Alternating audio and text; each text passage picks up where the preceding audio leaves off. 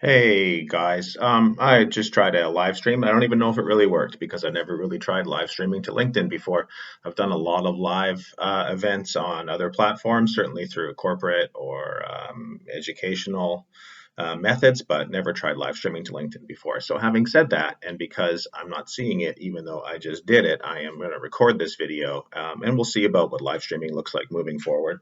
But for the time being, we'll just do it old school, shall we say. Um, I think we've all kind of gone through those times. I know I have. I've talked to a lot of other friends and colleagues. People who are like, one day I want to start a podcast or a YouTube channel. My kids have started YouTube channels and stuff like that before, several of them, in fact. And I think professionally speaking, we always focus on the right equipment, or I want to have the right setting, or the right conditions for things like that. But in these times, we are now all from home. The kids are all home, so it's kind of tricky, and it's kind of a level set because there is absolutely no excuse right now why not to start. And that's something that I've embraced, and wanting to kind of produce some content like this and talk about some of these things that are going on out there and present it here. So that's exactly what I'm going to do. Um, Change is difficult for just about everybody.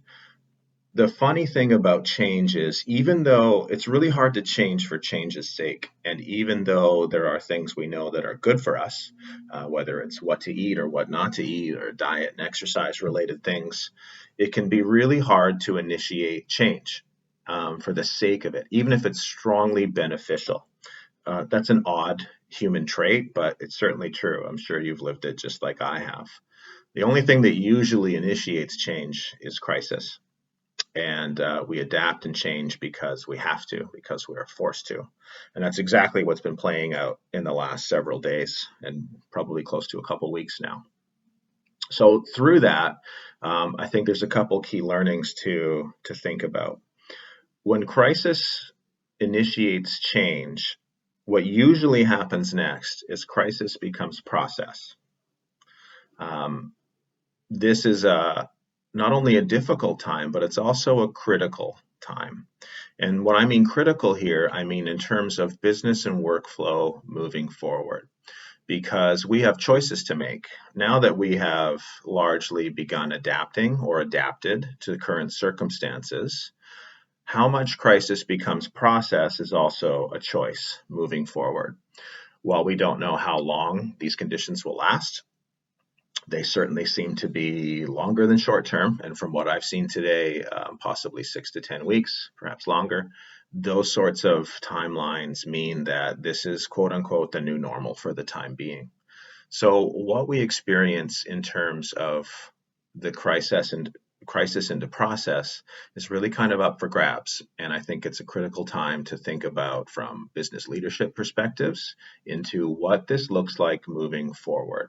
When this is quote unquote over, what does this mean? And what have we learned? What has changed through this process that maybe makes things a little better? And maybe it's not a rapid return to normal in the same way there was a rapid return to abnormal or the current state. For example, here in Vancouver, where I live, if you live in certain parts of town, as does a huge amount of the population that works in the downtown core, daily commuting times can be 2 to 3 hours, right, both ways. In a remote work environment, why would we return to that? Why would we want to return to crowded subways and transit and traffic jams? So I think a lot of those things are potentially up for grabs. So when crisis turns into process, I think it's really wise to consider a number of those options right now and put some ideas into play about what do we want to keep from this and how will that work moving forward. Businesses are all run differently. There's different priorities. There's different reasons why things happen. I know every business can't work from home. In my experience, I've been doing it for almost 10 years. And that's kind of a long time. And some of those agency relationships that I've had, one of them was an entirely remote workforce. When we worked on the Ford Canada project, There was 5, 6 of us remotely across the country. We all worked on virtual teams. We saw each other only quarterly when we went to the client for meetings, corporate training and stuff like that. But the rest of the time, we were 100% remote work in that way.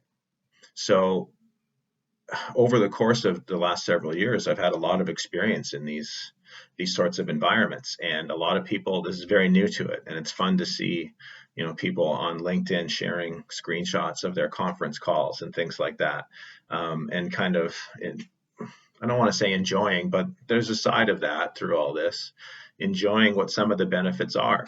I've also seen a lot of advice for how to work from home.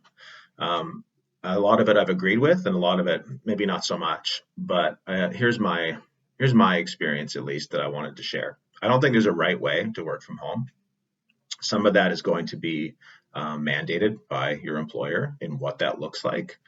But for a lot of people, and certainly in the industry, in the marketing industry, that time is largely up for grabs. Um, there's a term for this. It's called a results only work environment, where there's not really a focus on hours or vacation, unlimited vacation time. Richard Branson became slightly more infamous for that policy.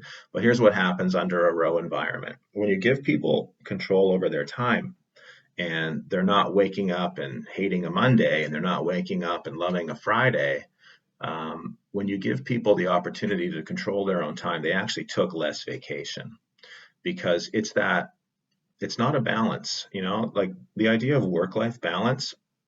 I talk about this a lot because there's no such thing. It never balances out. And the more you position it as this side versus this side, if there's a split there, one is always going to be in a stronger position than the other. And I don't see why we would need to divide our lives in that way anymore. And we're now really forced to exist in a work-life harmony for the most part for all of us out there. And for many people, that means getting up, showering, putting on business clothes, and working remotely just as they would in an office environment. And for other people, it means pajamas and slamming coffee and, working that way too. Neither one's right, and neither one's wrong. There's the best process there for anyone.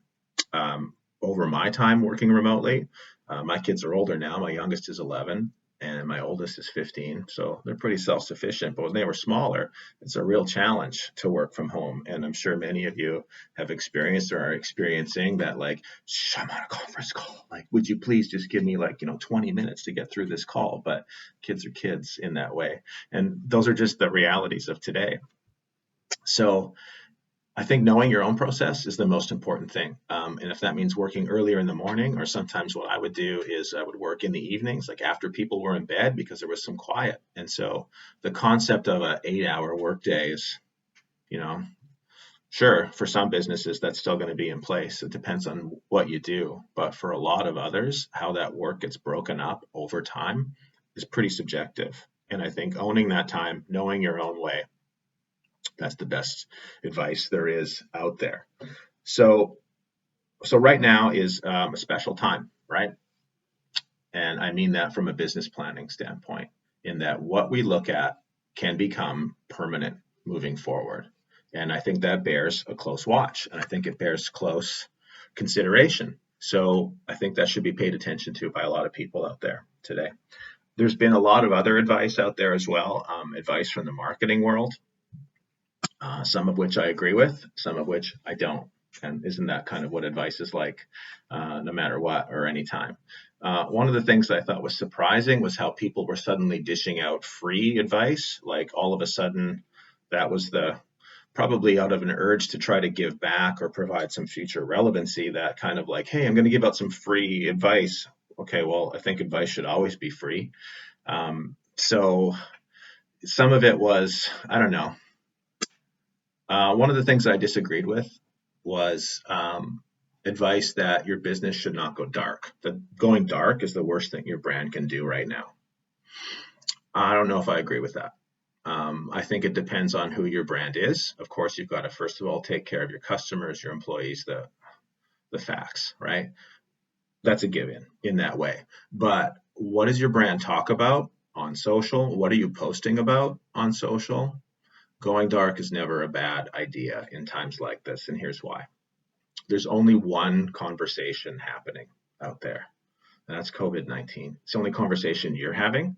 It's the only conversation your market is having.